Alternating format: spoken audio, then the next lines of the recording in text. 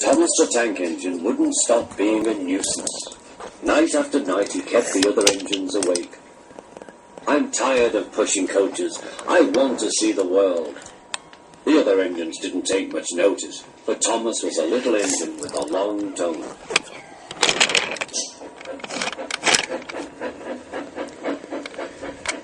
But one night, Edward came to the shed. He was a kind little engine and felt sorry for Thomas. I've got some trucks to take home tomorrow. If you take them instead of me, I'll push coaches in the yard. Thank you, said Thomas. That will be nice.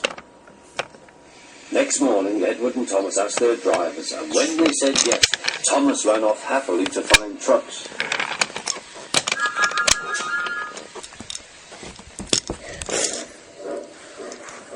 Now, trucks are silly and noisy. They talk a lot and don't attend to what they are doing. And I'm sorry to say they play tricks on an engine who is not used to them. Edward knew all about trucks. He warned Thomas to be careful, but Thomas was too excited to listen.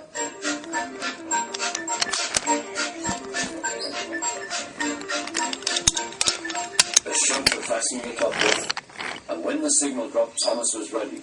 The guard blew his whistle, peep peep, answered Thomas, and started off. But the trucks weren't ready. Oh, they screamed, wait, Thomas, wait. But Thomas wouldn't wait. Come on, people. All right, don't fuss, grumbled the trucks.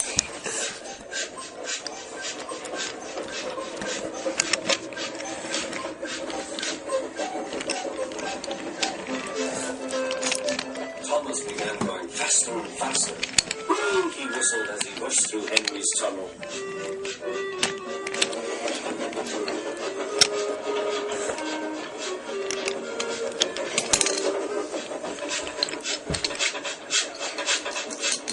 Hurry, called Thomas. He was feeling very proud of himself, but the trucks grew crosser and crosser. At last, Thomas slowed down as he came to Gordon's Hill.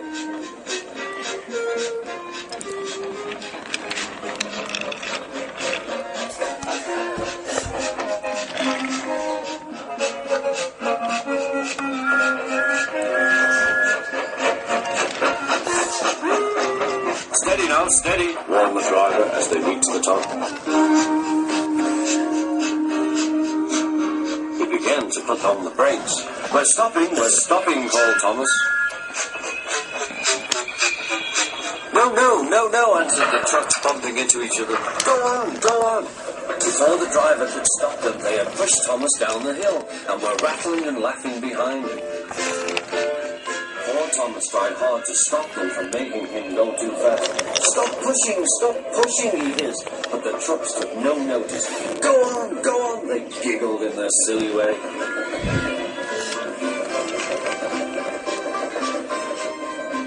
There's the station. Oh dear, what shall I do, he cried. They rattled straight through and swerved into the goods yard. Thomas shut his eyes. I must stop. When he opened his eyes, he saw he had stopped just in front of the buffers. There watching him was the fat controller. What are you doing here, Thomas, he asked.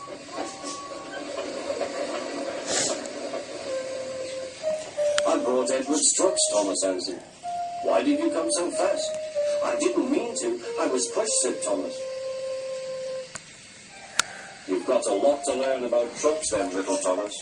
After pushing them about here for a few weeks, you'll know almost as much about them as Edward. Then you'll be a really useful engine.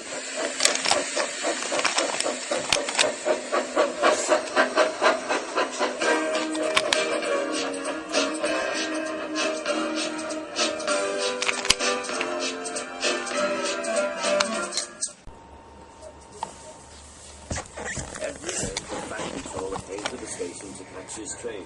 Hello, he always said to Thomas. Remember, don't be impatient, Thomas. You could never be as strong and fast as Gordon, but you can be a really useful engine. Don't let the silly trucks tease you. There were lots of trucks, and Thomas worked very hard pushing and pulling them into place. There was also a small coach and two strange things his driver called cranes. That's the breakdown train, he told Thomas. The cranes are for lifting heavy things like engines and coaches and trucks. One day, Thomas was in the yard. Suddenly, he heard an engine whistling. Help! Help! Yesterday, he was rushing through much of the house. The engine was James, and he was fighting. His brake lights were all fire. They're pushing me, he panted. On, like a ship. Still whistling. Help! Help! Your engines disappeared. I'd like to teach those trucks a lesson, said Thomas the Tank Engine. Soon came the alarm. James is off the line. The breakdown train, quickly! Thomas was coupled on, and off they went.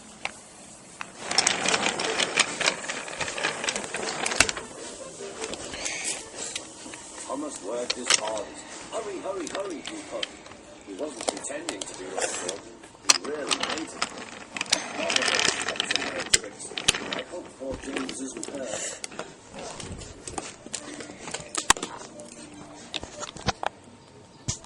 James's driver and fireman were dealing with him all over to see if he was hurt. Never mind, James, they said. It wasn't your fault.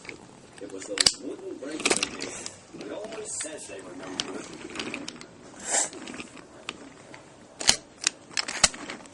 Thomas pushed the breakdown train alongside. He pulled the one-third truck out of the way. Oh dear, they did. Serves you right, thought Thomas. It was hard work, hopping backwards and forwards all afternoon. This will teach you a lesson, he told the kid. And they answered, yes it will.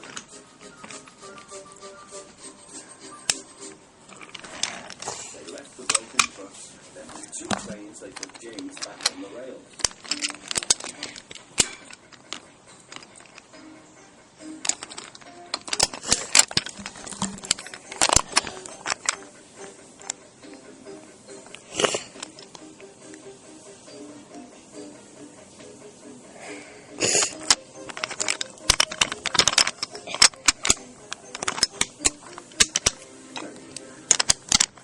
Tried to move, but he couldn't, so Thomas helped him back to the chair.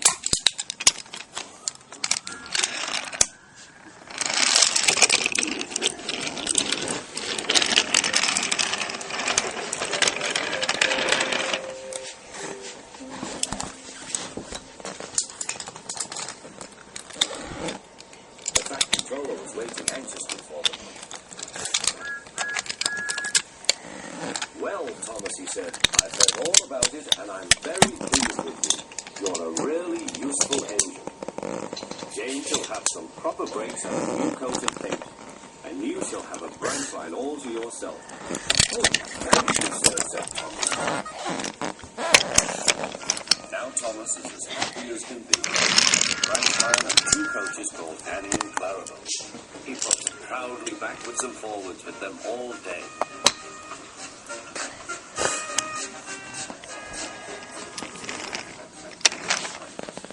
Never long. Edward and Henry stopped quite often and tell him the news. Gordon is always in the He never forgets to say poop poop, and Thomas whistles peep peep in return. Thomas is a tank engine who lives at a big station on the island of Sodor.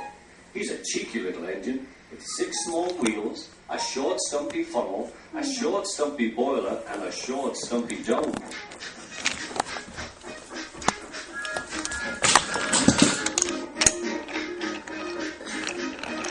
He's a fussy little engine too, always pulling coaches about ready for the big engines to take on long journeys. And when trains come in, he pulls the empty coaches away so that the big engines can go and rest.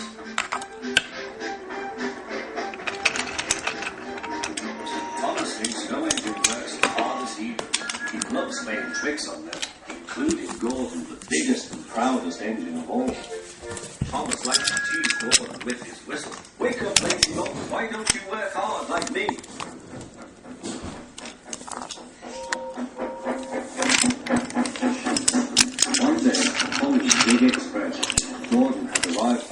outside and very tired. He was just going to sleep when Thomas came up in his cheeky way. "Wake up, lazy bones, do some hard work for a change. You can't catch me." And off Thomas ran laughing. Instead of going to sleep again, Gordon thought how he could get back at Thomas. One morning, Thomas wouldn't wake up. His driver and fireman couldn't make him start. His fire went out and there was not enough steam. It was nearly time for the express. People were waiting, but the coaches weren't ready. At last, Thomas started. "Oh dear, he yawned. Where Gordon was waiting. "Hurry up, you," said Gordon. "Hurry yourself," replied Thomas. Gordon, the proud engine, began making his plan to teach Thomas a lesson for teasing him. Almost before the coaches had stopped moving, Gordon reversed quickly and was coupled to the train. "Get in quickly, please," he whistled. Thomas usually pushed behind the big trains to help him start, but he was always on top of first. This time Gordon started so quickly that it got all coupled up. Gordon's chance had come.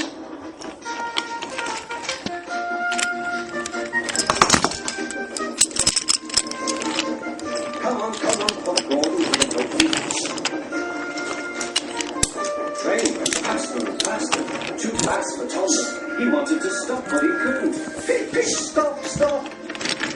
Hurry, laughed Gordon. You can't get away, laughed the coaches.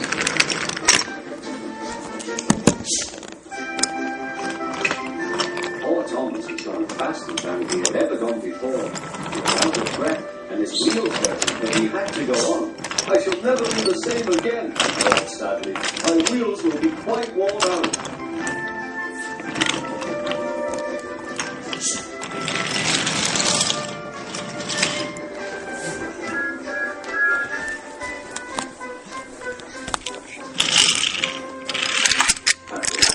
Stopped at the station.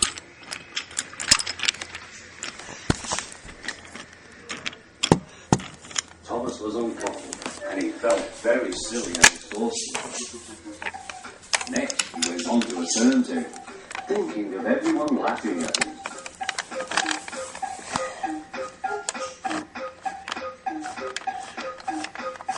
Then he went on to a siding out of the way.